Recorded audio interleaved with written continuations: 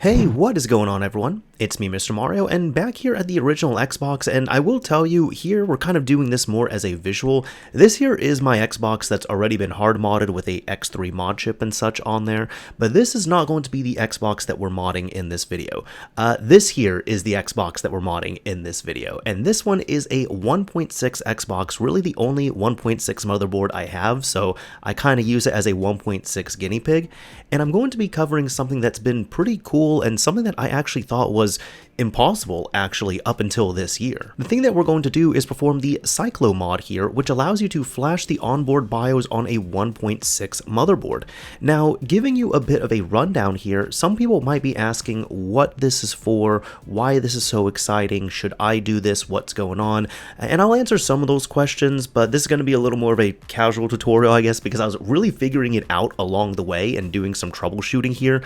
Thankfully, I was able to get it working, but in short, this allows you, this is from Prehistoricman, who did the reverse engineering, the research on this, and was able to develop this into a script that allows you to not only dump the onboard BIOS on a 1.6 motherboard, but also flash it with a custom BIOS. Now, this is really exciting because for Xboxes prior to the 1.6, you could do something called a TSOP flash, which involved enabling write access on the motherboard and then reflashing the onboard TSOP that housed your BIOS with a custom BIOS, and essentially that was giving you a mod chip without a mod chip, because there's two different mods essentially for the original Xbox. There is the softmod, which allows you to run a retail BIOS, but then you modify some files on the hard drive to give you a modified experience and something close to a mod chip, but not necessarily that. Then there's hard mods, which are mod chips which you install directly onto the motherboard itself, and that allows your console to boot up a custom BIOS, which gives you more access to the system, more protections, and really gives us the tailored experience that we are looking for with an original Xbox. It is better and it is more secure than a soft mod, thankfully, and there's a lot more that you can do. For example, you can drop in any type of storage on there. You don't have to lock the storage to that console, which is really nice. If your storage ends up failing on you, you could just drop in another drive. You don't have to worry about syncing it with the motherboard and such, and that's one of the big reasons for me, but that's really just scratching the surface. However, a TSOP flash is pretty much something right in the middle there, where it allows you to reflash the actual onboard TSOP chip with a custom BIOS, meaning that you don't have to install a mod chip. You do have to perform a little bit of soldering, and there are ways that you can actually bypass that as well too, but when you put the custom BIOS on the motherboard itself, the nice thing is that's pretty much the main reason why you want a mod chip. The main point of a mod chip is to boot up a custom BIOS, but if we can boot a custom BIOS without a mod chip, well, that's kind of sorta a mod chip without a mod chip. Now, I say this because the 1.6 Xbox was not able to take a TSOP flash, since quite simply this motherboard does not have a TSOP on there. Instead, it has the Xyclops chip. But after so many years, Prehistoricman here has found a way where you can solder up a few wires to a device and you can reflash the BIOS directly on the motherboard itself. Now, do keep in mind, there are going to be some upsides and downsides to this. First of all, you will need a computer. You are going to need soldering abilities for this, and you are probably going to need to get a device of some kind. I'll show you here, for example, I ended up using one of these USB TTL devices, and it must be one that is compatible with 3.3 volts. Mine is switchable between 5 and 3.3, so make sure you enable 3.3 volts on it. Alternatively, there was a user on the original thread here, B3NCS1, who found a way to get this to work with a Raspberry Pi Pico. I will tell you all, your mileage may vary on this here. If you want to try this out, go ahead, give it a shot. But for me, unfortunately, I was not able to get this working with the Raspberry Pi Pico. So that's how it is sometimes. The downside is I had to buy one of these devices, but the upside is these things are really, really affordable. Now, another downside and kind of a warning to XycloMod here is that unlike using a traditional mod chip or even a TSOP flash, unfortunately, there's not really a way to reflash or update your BIOS on the console itself. So let's say you flash one BIOS to your system using XycloMod and you want to update or you want to switch to another BIOS. Unfortunately, you will not be able to update that BIOS unless you open up the system, solder the wires back in, and go through the XycloMod process again. So if you kind of want to sit it and forget it, that's totally fine. But if this is something where you want to regularly change out and update your BIOS, you should probably look for a mod chip solution here, not XycloMod. Now to actually get into this, the beautiful thing with XycloMod is that not only it's still being developed, but there's multiple ways of doing this here. I'm going to have all the links linked down below in the description of this video, and one of the first ones is going to be the actual XycloMod release and tutorial released by Prehistoricman, where it's going to have everything in a few photos and writing here. Now there's two different methods that you can do this on. There's going to be the method where you can use a USB to UART adapter, which is what I'm going to be covering here, and there's also a method that you can actually use an AV cable for this. Now do keep in mind, you cannot get away with this scot-free on here. You are going to need to still open up the system and perform some soldering on here, and actually the AV cable mod is going to be a little more intensive, so I actually wouldn't necessarily recommend doing that here, and even he himself says it is, well, not advisable, as you can see. So this will require a 3.3 volt USB to UART adapter, of course your 1.6 Xbox, the necessary tools needed for soldering, and we're also going to be installing a Python on here to use the actual Python scripts and your custom BIOS. I would like to mention as well too that OGX Labs actually created a XycloMod GUI, so you could try this if you'd like to here, and there is a download available for it. At least for this video here, I am going to be covering the Python scripts, and the nice thing is using the Python scripts, it'll be a little more OS agnostic, so you don't have to stick to Windows to follow this. Oh, but one last warning here, and I'm going to show this to you all. If you have a 1.6 Xbox and you're really excited to try this out, go ahead and open it up, but you're going to want to check the Xyclops chip itself. You see, at the moment, this only has support for the A02 chips, which you can see my motherboard has. But if your chip ends up saying B01, you can connect and you can dump it, but you are not able to write it at this time. Hopefully in the future this is going to be resolved, but at this exact moment in time, you can only reflash the A02 chips. So with all of that, let's go ahead and at least get the computer side of house done here. This is what we're going to need to do. First of all, you will need to make sure you can access the tutorial here just in case, because it is going to be good to have a written and kind of sort of visual guide here, not just the video one. I will say too, he also shows multiple different solder points on here, and there are some troubleshooting steps here in case you run into some issues, so it would be good to still refer to the original documentation on here. The second thing you're going to need here are the two scripts. There's going to be one for dumping and one for flashing. I'm going to have this repository linked down below in the description of this video, but in order to download each of these Python scripts, you can come to Xyclops dumper, click this, and then click over here on the ellipse and click on download and save it somewhere you can easily find it. You're going to want to do the same thing with Flasher. Click on the flasher.py, go ahead, click on the ellipse here, click on download and save it somewhere you can easily find it. And finally, you're going to need to download and install Python 3 on your computer. Now go ahead, go to the Python website linked down below in the description, go to downloads. You're going to want to click on the download for Python 3 here, and it should hopefully default it for whichever operating system you're using. Now in order to set up Python itself, I'm not going to step through the entire install process, but if you're using Windows, for example, you need to go through the process here. When you go through the installation, there is going to be an option to add Python to your path. That's PATH. You're going to want to make sure you check that and then go through the standard installation process. I can check this here. This all looks fine. Pip is all okay. That's good, but you could see that I've already installed this, so I'm not going to need to reinstall this here. The defaults were fine. Just again, make sure you add Python to your path, and it does give you an option here if you've never installed it. Now, the next prerequisite to get this working is you're also going to need to launch your command prompt if you're on Windows, but you need to access pip.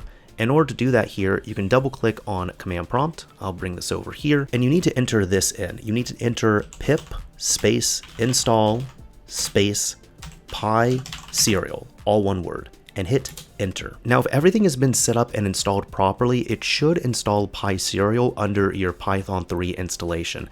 However, you could see here that mine says requirement already satisfied. Pi serial is located right here because I already ran and installed this, so my Python is already good to go. With that installed, we can exit out of this because we don't need command prompt for now. So now that we've done the initial software setup, that was actually the easier part. Now we're going to need to take apart the console itself, and we're going to have to get down to the bare motherboard. I'm going to splice in a section that I'd recorded before showing how to take the original Xbox completely apart, and if you also want to use this opportunity to repaste your system, feel free to do so.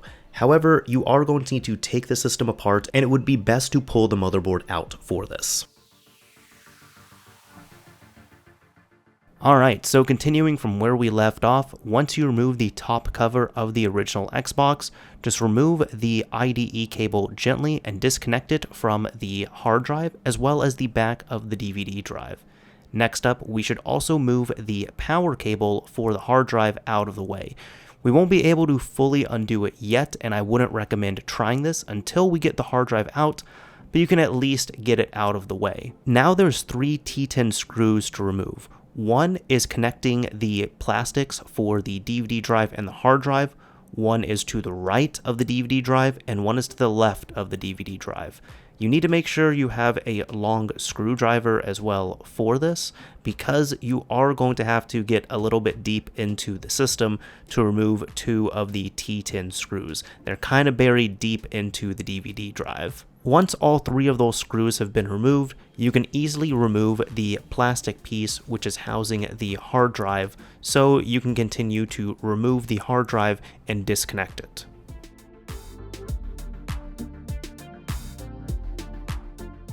Now to remove the hard drive, there are 4 T15 screws, 2 on the left and 2 on the right. Somehow this console I was working on was missing one despite never being opened, but either way you should have 4 screws. Remove all 4 of these screws, and at that point the hard drive can be removed.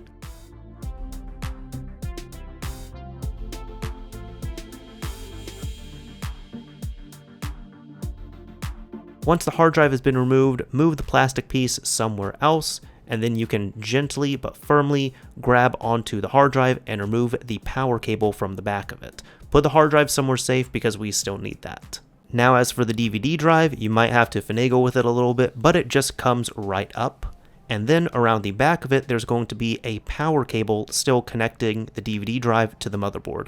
Just gently remove this from the back of the DVD drive and keep the DVD drive somewhere safe. Now that we have motherboard access, there's going to be the IDE cable as well as the power cable for the DVD drive's power. We can simply remove the both of these because we're not going to need them for the time being, but just make sure you reconnect them when you rebuild the system. At this point, anything you see connected just needs to be disconnected. So the power supply, for example, you'll see this big plug going from the power supply to the motherboard. This is going to be a little bit difficult if you haven't done it before, but you'll just need to remove this plastic piece and disconnect it from the motherboard so we no longer have it connected to the power supply.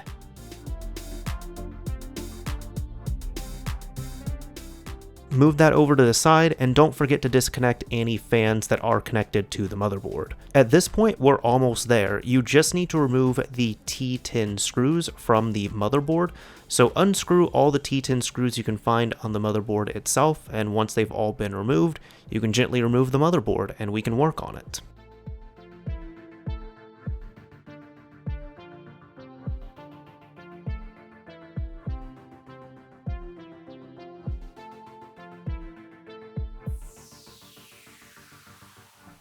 If you're having some trouble removing the motherboard, you'll want to, again, make sure you're careful with it, but grab it from the taller heatsink. You might have to move some things out of the way a little bit, but if you are patient enough, you should be able to remove it.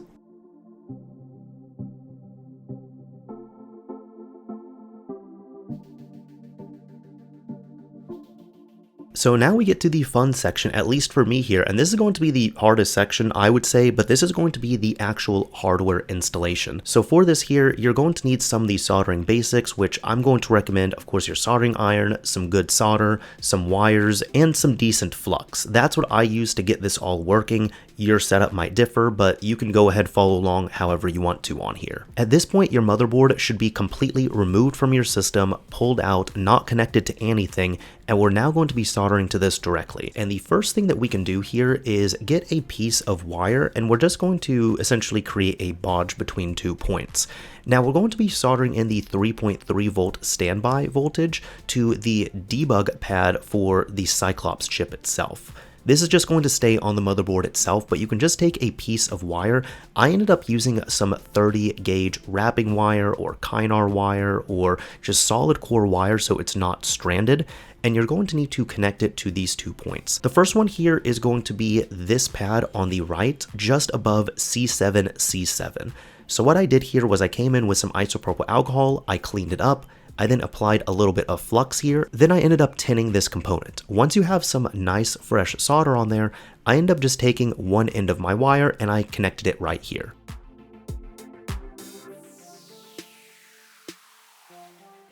So there we go, that's half of that already completed. The other end of that wire is going to be pretty close to the Xyclops chip. It will be to the right of it, and it's going to be this pad above DB6C1, or to the right of that one. You just need to do the same thing here, give it a good cleaning with some isopropyl alcohol, flux it up a little bit, tin it, and then apply the other end of your wire to it. And it should look a little something like that. This is just going to be temporarily soldered in here while we perform this process, but once you have that wire soldered in, you're good to go. So now you can get a little bit creative with the other 3 points that you need to solder in. And I'll tell you that I ended up choosing to solder all of my points underneath the motherboard here. I just saw that to be a little bit easier when I was looking at this here, and I felt like it might be easier for you all to follow along with, but you can also hit some of the top points. Now for these wires here, I actually ended up using the ones that came with my USB TTL device here, and you might have some like this as well, and they're pretty handy because you can just hook them up directly to the header here. However, the other end you can see is also a female plug. So what I did here to prepare this is I just cut off the ends right here. I ended up stripping all of these wires, and since they were all stranded wires, I ended up tying them up together. And one thing that also helps out, if you can, is to dip them in a little bit of flux and end up tinning the ends of them with some solder. That'll just make them much easier to solder onto. So there's only going to be 3 wires to our programmer that we need to solder in, and the first one is going to be TXD. Now there's 2 ways that you can solder this in. If you want to do it on the top of the motherboard, it is mentioned that you can solder to this point right here or even to the pin itself. However, I chose not to utilize this one because, well, 1, soldering to one of those pins is going to be difficult for many people, and 2, even if we solder to the via, it's quite a small via and you could expose it a little more using something such as an X-Acto knife, but if we can avoid getting any extra tools or scraping, then let's see if we can do that. So if that's a little too hairy for you, go ahead, flip your motherboard upside down carefully, look for where the AV port is, and you're going to be looking for the TXD point. Now the good thing is there's 3 points that you can solder this to, so you could just pick whichever one you prefer. There's going to be this one here on the actual AV port itself, but the trace for that is going to lead down to one of these components, and you can solder your wire to either one of the ends of that component. So you have 3 places that you could choose to solder this to. I ended up soldering mine to the bottom right here, and I'll tell you that I didn't do the best job with these here, but I was pretty confident, at least with my work. I was able to see it all under a microscope here, and it did work in the end. So is it the best? No. But does it work? Absolutely it does, and I'm happy about that at least. Either way, you want to find which point you're going to solder to, or you could just copy what I'm doing right here. Go ahead and clean up the point a little bit with some isopropyl alcohol, give it a little bit of flux, tin it with some fresh solder, and then solder in one of your wires. Now keep in mind, even though this is the TXD point, you're going to hook this up to the RX or RXD point on your adapter. You do not want to match them. Just keep that in mind. TX on the motherboard is going to go to RX on your adapter. Now the next point is going to be RXD for the Xyclops itself. And there's 2 ways that you can solder this in. One of them is going to be on the top of the motherboard right here near the AV port, and it's going to be this one here that is going to be near CR53A. Now if you want to solder your wire there, you can, but again, I chose to keep everything else on the bottom of the motherboard. So if you're on the bottom of the motherboard, it's going to be really close to where we soldered to, and it's going to be this component here next to R5M9. You're going to want to solder to this exact point right here and do the same thing as before. Go ahead, clean it up, put some flux on there, tin it with some fresh solder, then you can tack in your wire. Again, not perfect here, but keep in mind this is going to be temporary, so if we can at least get it working, then that's going to be fine. Now once that's soldered in, that's going to be your RXD point, but you're going to connect that to the TX point on your adapter. Finally, the last point here we need to solder in is ground, and this one will give you the most amount of options. Now you can solder this to any valid ground pad here. You can solder it to the metal point on the AV port, on the Ethernet port, or any of these ground pads right here for the screws. This is something that a lot of people would do to ground out their D0 and do with Modchip installs, so I end up just borrowing from that. I went to this pad right here, and I end up just doing the same thing. I cleaned it up, I end up putting a little bit of flux on there. I put quite a generous amount of solder on there because there's a little more you'll need than expected, and then I just soldered in my ground wire to that. And once that's tacked in, well, your ground wire on your motherboard is going to connect to the ground connection. And now since the last wire is soldered in, well, this one's easy. Your ground wire on your motherboard is going to connect to the ground point on your adapter. So now with all of your wires soldered in, we're going to need to navigate this a little bit carefully because we do not want to pinch any of them. We don't want to really put them through holes. And if you're putting in any screws, we do not want to screw through any of these wires. But we do need to put the motherboard back into the chassis because we need to connect power to the original Xbox. So with that, you could see that I ended up carefully navigating my wires here from the back of the motherboard. I made sure they weren't pinching against anything.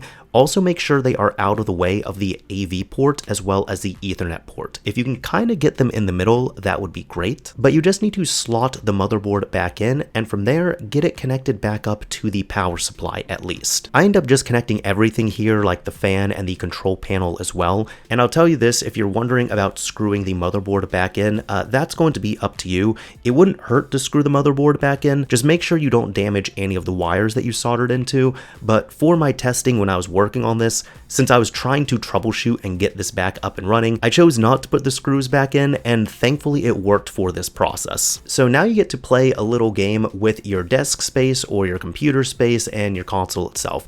Really what you need to do is you need to get your adapter. This is the USB TTL adapter. You need to get this connected to your computer, but you also need to supply power to the Xbox at the same time.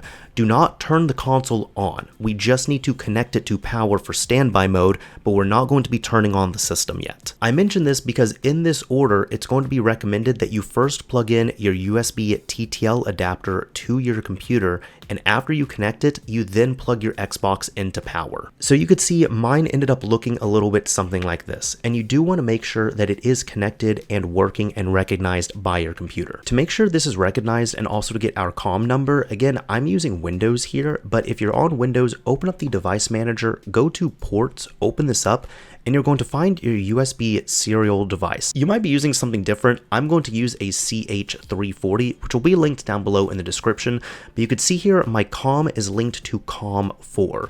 Just make sure it's recognized, make sure there's no yellow triangle on it, and make sure that you remember this number. Since we verified this is all good, we can now close out of Device Manager. So now that we're hopefully in a good spot, we're going to test and make sure that this works, and we can do this with our dumper script. Now there's several ways of running these scripts here, but I prefer to do it a little bit of a manual way. I personally use idle here, which is installed alongside Python. So what you can do is find this, double click it, open it up. I made a shortcut for it, that's why it's showing there. But once this comes up here, you can go to File, click on Open, look for wherever you've saved your script to. Mine is going to be the Cyclops dumper.py, double click that, and you're going to see the code right here. The only thing you should need to change is going to be the serial.serial right here. And you can see that this is COM4 by default. So yours might be different, but thankfully since mine is COM4 by default, there's no settings to change. If you have to change this here, you can change this to, let's say, if yours is COM7, you can change that to 7, and you come to File and hit Save. However, mine is not that, so I'm actually going to undo that right there and then save it again. But once this has been tweaked, all you need to do is go to Run and click on Run Module. If done correctly, it should tell you serial synced. It's going to now go through the process of dumping your onboard BIOS. So if you're at this step here, that means that your wiring is good, your connections are good, and you should be in a good spot. So congratulations, you've made it this far. If you're not able to get this to work, you might have to try a few things. Go in and make sure your wires are all connected to the right points on your adapter. Go in, double check, triple check your soldering work. You might have to redo some of it if needed. Also, of course, make sure that your adapter is up, running, and working on here. But do keep in mind, since this is kind of broad, there might be some adapters that might not work properly or might need additional modifications to them. Thankfully, the one I'm using worked out of the box, but do keep in mind, you do need to have it set to 3.3 volts if it is a selectable one. So if it's set to 5 volts, you're going to want to change to 3.3 volts. Oh, and of course, if you're running into an error about Pi serial not being there, well, I covered this in the prep work for the video, so you're going to want to rewatch that part, kind of just the software and prep steps right there to make sure your Python is installed properly and that you have Pi serial installed. Either way, once it gets all the way to 0xFFFF, it's not going to give us anything else here, which is totally fine. So now we can go back to our folder, and right next to the dumper, you're going to have a dump.bin. Now it's going to be 64 kilobytes in size, and that is going to be expected because that is going to be how big the retail BIOS is. Just to make sure we have this dumped properly, I'm actually going to do something that we've done before, at least on the Xbox 360 side of house. We're going to do this multiple times. So I'm going to rename this to dump1, for example. And now what we're going to do is minimize this, go back to our script, and we're going to run it a second time. So as you can see, serial synced.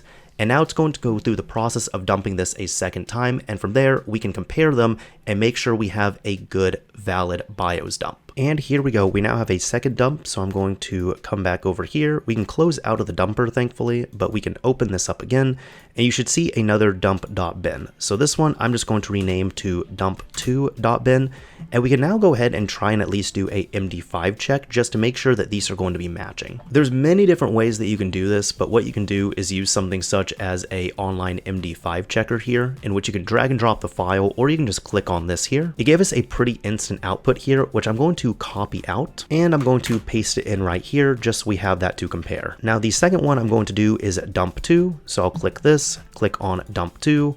It gives us the same thing. I can tell it's the same, but you could even see right here, if you compare the numbers and letters here in order, you could see that I end up getting 2 of 2 good dumps here, which is exactly what we need. So now if you need the completely stock 1.6 BIOS, you have that on hand, you've been able to dump that successfully. So now with your Xbox still hooked up, the whole point of doing this is not just to dump our onboard BIOS, but we actually want to modify the BIOS on the system itself.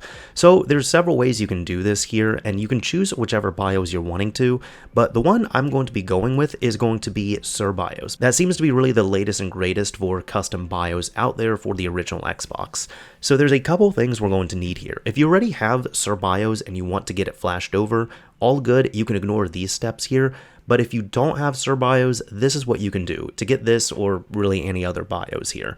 The first thing that we can use is Pandora. Now I've covered this before, but I'm going to have this linked down below in the description. You're going to want to use this to connect to Xbins, so you can find the Pandora repository, go over to releases, then download the latest release for your operating system. Since I'm using Windows, I'm going to use the Windows version. The second tool we're going to need is, well, Cerbios tool. This is going to allow you to actually configure Cerbios if you're going to be using Cerbios, and for this, you can go ahead, give this a read, check this all out here, but you can come over to the releases section, and then you're going to want to again download the latest build of Cerbios tool for your specific operating system. Since I'm on Windows, yet again, I'm going to use the Windows build. Let's work on getting Pandora set up. For this, you can find your Pandora archive, use something such as 7-zip to extract it into its own folder. Go ahead, drill into the Pandora folder, and there should only be one executable here, which is Pandora. Go ahead, open that up. It'll bring up a command prompt window here, but just let it be and let it run in the background. And I said that because check it out, after a few seconds, it should bring up Pandora itself. Now this is great because this allows us to connect directly to Xbins to get the latest binaries and such for the original Xbox. And in order to connect, well, hit connect and wait. And here we go. Once it shows you the list of game consoles right here over on the right, that means that you've connected successfully. Since we're doing this for the original Xbox, we need to go into the Xbox directory. From here, we can go to console-based applications. We're going to go into BIOS, look for Cerbios if this is the one you're going to use. And the latest one here at the time of recording is 2.4.2 beta. Now, once you find the BIOS file you want, you can right click on this and then click on download. It's now going to save it wherever this folder is on the left, which is by default the Pandora folder. If there's any other downloads you want, you can go through Xbins and go ahead and give those a download, but since that's the only thing I really wanted, I'm going to disconnect and then close out of Pandora. To clean this up a little bit here, this is our BIOS download. I'm going to right click, cut this out, and I'm going to move it into the XycloMod folder and paste it right there. From here, this is a 7-zip archive, so if you do not have a way to extract this, I'd recommend downloading and installing 7-zip, which will also be linked in the description. But if you're using this, you can right click this and use 7-zip to extract it out right here, which should give you the Cerbios beta folder. And inside of here, you're going to have quite a few files. Now, since the point here is to customize this, this is where we can open up Cerbios tool. So since we have this saved here, let's go ahead and minimize this. We'll go ahead and find the archive for Cerbios tool, right click it and extract it into its own folder. Once you have that extracted, open it up, find the only executable and open that one up. Just like before, this is going to open up a blank command prompt window. Just let it be until the Cerbios tool opens up. And here we go. Cerbios tool should look a little something like this. So now in order to customize this, we can click on File, click on Load BIOS, navigate over to where you saved Cerbios. Mine's going to be in here, and here's the BIOS itself. Click on that. Click on load. Now from here, the customizations are going to be completely up to you, and you can also yourself read through the documentation, which is going to be within the readme.info file right here. So I'm not going to have everything explained, but for drive setup, for example, by default, it's set to legacy mode for hard drive and no DVD, meaning here that if you want to have a DVD drive in there, you can, but if you want to just pull out the DVD drive, it will still work just fine. It's going to skip that DVD drive check. But the modern mode here, for example, if you're wondering about this, the difference according to the documentation is that modern mode completely removes the DVD drive code out of the BIOS. So if you still kind of want a DVD drive in there, you should probably just stick with the legacy mode. Otherwise, if you're going to do a complete DVD delete mod, for example, then the modern mode would probably work fine. Or if you want to do dual hard drives, you can do that setup too. There's a lot that you could customize here. So go through these options, tweak anything that you might need to on here, change the fan speeds, do what you want to do. And one thing to look into would be the UDMA modes right here. Because one nice thing with Cerbios tool is that you can actually change these speeds on here. Let's say you're using a really nice like StarTech adapter and you have an SSD in there, you can change this to UDMA mode 6 on here and change it however you want to. This will really be up to you, and you can change these in the Cerbios ini file as well too, but for me, I'm going to keep mine mostly stock here. And then for the actual theme, you can go in and change this here, which I'm going to do some changes on just to make sure that we have something different here. Oh wait, seriously, does Modsville USA have? Yo, Modsville USA has a theme. That's awesome. Windows 98, that, you know, not a fan of that one, I'll be honest. Yeti is cool. How about Xbox scene? That one's going to kind of blind me if I'm playing this at night. That's a nice Joker reference right there. I appreciate that. This one's not a golden retriever. You know what? Let's just go with this. Why not? So once you tweak all of your settings on here, you can go to File, click on Save BIOS, and then choose wherever you want to save this to. I'm actually going to save this next to my scripts here. So I'm in the XycloMod folder, and I'm going to save this as cerbios.bin and click on Save. And additionally, if you want to export out these settings within a ini file, this will go on the root of the C drive. So really, if you want to make some changes on the fly, even though we've made them here to our actual BIOS, that's okay. But if you want to make these changes here, like if you need to tweak a setting or two, you can also export this out. So you can click cerbios.ini, save it wherever you need to. I'm going to click save. So that one's going to match. And then once you get your hard drive set up, you could just put this on the root of the C drive. So you have those additional settings that you can tweak without doing a full reflash. Either way, we can close out of Cerbios tool once we're done, and we're pretty much good to go now. Now do keep in mind, for your custom BIOS, you are limited. It has to be 256 kilobytes. So if you have a 512 kilobyte, a 1 megabyte, a 2 megabyte BIOS, that's not going to work. You need to make sure your BIOS is 256 kilobytes. And by default, Cerbios is a 256 kilobyte BIOS, so we don't need to do any additional changes there. However, with all of this done, we're now finally at the part where we can actually upgrade our system and reflash the BIOS directly on the motherboard. Again, we're going to be doing the impossible here, so this is exciting. And I'm going to tell you all, this is actually my first time doing this here. I made sure the dumping aspect and the connectivity worked, but I've never reflashed this system until now. So let's give this a try. So for this, you can double click on command prompt, open it up, make sure it comes over here. That should be fine. And now we're going to need to change our directory. There's many ways of doing it, but for this, you're going to want to find wherever you've saved this to. And just a heads up to make this easier, it would be most recommended to have your BIOS file that you want to flash in the same directory, really next to the actual flasher script itself. So in order to make this work, what you want to do is find the actual directory this is all housed in. And in order to get that, if you don't know where that's it or you need the exact path, you can come up to the address bar, click here, left click. We're going to see this, right click, copy that out, go over to command prompt, and we're going to type in cd space, then right click within the command prompt window, and it should give us our path. So hit enter, and it's going to change the directory right there. Now this will be the exact command that we need to run here. It's going to be python space Xyclops flasher, so you can type in XY and then hit the tab key. The dumper will come up, you can hit it again, and you got flasher, space, and now you need to put in your BIOS name. So mine is Cerbios.bin, which you can just type the beginning letters, and you can hit tab, cycle through it, so there's Cerbios.bin, space, and now you need to put in your COM. So remember what your COM is for your adapter. Mine I know is COM4. And once you enter that in, this is going to be everything it is. Again, you're going to run Python, you're going to tell it to run the Xyclops flasher.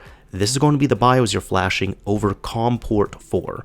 Once you're ready to go, again, you want to make sure you have your adapter connected, you have your Xbox plugged into power but not on, and once you're ready to roll, you can now hit enter. It should tell you that Xyclops communication was established, and if you're ready to erase it, you can hit the Y key to signify yes. And again, this is going to erase your flash. I'm telling you, this could break your system.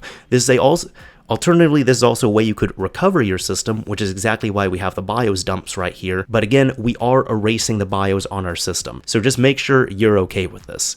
If you're ready to continue on, we can hit enter. It's now erasing.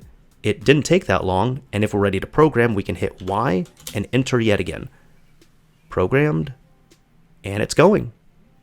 So now we just need to wait. This step is going to take several minutes, so really you just need to sit back, let it do its thing, and wait until it is finished. So there we go. Once it is completed, it's now going to ask if you want to verify, and I would absolutely recommend verifying. So you can hit Y and enter. Now it's going to do the same thing where it's going to dump the BIOS that we've just flashed over from the motherboard itself, and it's going to verify it in real time that we have a good BIOS flash. And hopefully if all is done successfully, it should say verification passed, done, and the script is now completed running. So you can now close out of command prompt. So now what we can do at this point is actually test our original Xbox. For this, you do need to disconnect your Xbox from power and then disconnect the USB TTL adapter. Disconnect it from both your computer and your original Xbox. Now when you turn your system back on, if you don't have anything connected, it'll probably start flashing at you, but don't panic, plug it into a screen and look at it here. If you get an error such as this, congratulations, this is working perfectly fine. Now at the moment, you can see here, I don't have a DVD drive or a hard drive connected to my Xbox, so there's nothing for my Xbox to do. But the fact that we're seeing this error code here, and specifically the language here, means that this is from Cerbios. Because if you've seen original Xbox error codes, this is not a stock error code right here. This is from Cerbios itself. So if you're seeing this here, congratulations, you have successfully reflashed the BIOS on your 1.6 system. Get excited, like you can celebrate now because you've just done something that people thought was impossible for at least 20 years. Now once this is all complete, to actually use your Xbox, turn it off, disconnect it from power, and we do need to get out the soldering iron one more time because we are going to have to disconnect that jumper wire, the one that I had you solder in first from debug to 3.3 volts. You see, we have to do this because it's been noted that this is going to be for stability reasons. The Xyclops itself is going to freeze whenever it sees any activity on the RX pin. So in order to avoid that, we just have to remove that wire. Aside from that, once that wire is done, congratulations, I mean, that's really all you have to remove. If you do want to reflash this in the future, you're going to have to put that wire back in and go through this process. Otherwise, for the rest of your wires, if you do want to keep them in place just to avoid resoldering them, you can keep them there. Just make sure they're not going to short on anything. So from here, you're good to go. You can use something such as installer disk if you have a working disk drive on your system, or you can even use Fat Explorer to go in and build yourself a hard drive with a modded dashboard and such to work on your custom BIOS, because congratulations, you now essentially have a hard modded system. Either way, that's about it for this video here. I will say, again, I never thought I would be seeing this. I never thought I'd be covering something like this. And I'm going to be honest with you all, because I was running into several issues with this here initially, I didn't even think I was going to be able to make this video. But thankfully, I was able to. I ended up trying this one more time, and what do you know, that's what ended up working here. So let me know what you think of this process. Let me know what you think of the development. Let me know if you have tried this. Was it successful for you? Did you run into issues? And if you ran into any issues you might have solved, it would be worthwhile to not only maybe share them in the comments here, but even go onto the original post here and share your findings on there. Really help out the community with that. Because in my opinion, knowledge siloing is really never good for developments like this. So if things are more out in the open, we're going to see more things like this, more developments that could happen, and refine methods even further. Either way, that is about it for this video here. This is Mr. Mario, signing off. Thank you all for watching, everyone. If you enjoyed this video, a like would absolutely be appreciated, and if you didn't like it, a dislike is fine as well too.